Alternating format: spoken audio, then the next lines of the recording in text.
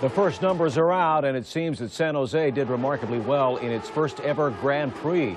Early estimates by the Convention and Visitors Bureau show the weekend festivities brought in at least $20 million to the local economy. NBC 11's Damian Trujillo is live at the race site where business owners say they can't wait for next year. Damian? Well, Alan, one restaurant owner told me he wishes there was a race every weekend here in downtown San Jose. It was so successful, they're already talking about next year, and people are already booking rooms for next year.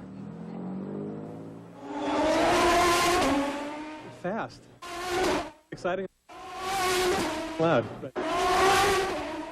Very successful for a lot of people down in San Jose. This is the shot in the arm business owners say they desperately needed. 150,000 people hitting the bars and restaurants before, during, and after the races. In fact, it proved to be too much for this Starbucks. Yeah, we ran out of all the drinks everybody liked, it seemed. Frappuccinos were huge, so we ran out of all that stuff. We ran out of a lot of milk.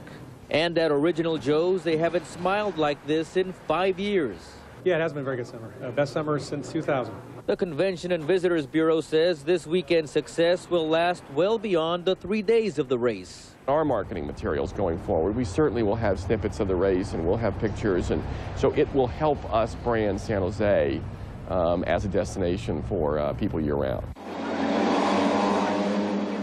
This has many people sold, fans who are already booking rooms for next year.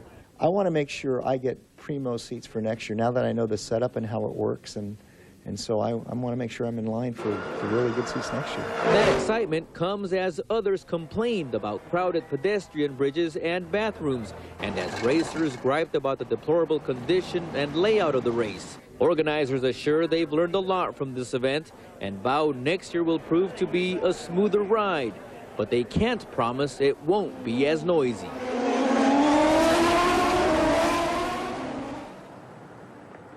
We should mention that there are some businesses that got little to no foot traffic because of the layout of this race. So organizers will start brainstorming soon to change the layout and change the course and improve conditions for merchants and for the racers as well, because they did complain quite a bit. They'll get rid of some of the bumps that they complained about out here on the racetrack. And they say the good thing is that they have 1 year to plan for it. Our technology and business expert Scott Budman spoke with one of the CEOs who was hands-on in this race. Scott, let's send it back to you. Thank you very much, Damian. You know, for one of the racers, getting back to business today meant taking off the helmet, getting into the office at 7 o'clock this morning, and then running his company. After spending the weekend going 140 miles per hour, okay, but it's also a software problem. It's a safe bet that most racers didn't spend their Monday morning like this. It's also a safe bet that most CEOs didn't spend their Monday morning like this. And as you can see, this is what happened when I hit the back of his car, opened up the nose box of my car. Mark Ishikawa's Toyota Atlantic Championship Series car had a rough day Sunday, from the bandaged front end to the bottom plate that was bright red when the race started. The track itself was unique. I don't think I've ever driven a racetrack where I've spent as much time in the air. Mark's full-time job is running Los Gatos-based digital copyright protection company Bay TSP. But over the weekend, he became known as the racing CEO. And even though he had to pull out after 28 laps, he says he appreciates the support he got from his hometown fans.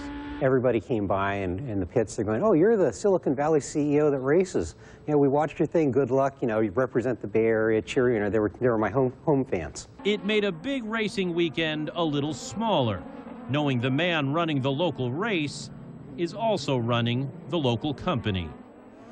Mark will next race in Montreal at the end of the month. Lisa and Alan, he says he and his team would be happy to sit down with San Jose leaders to smooth out the rough spots before next year's race. All right, thank you, Scott.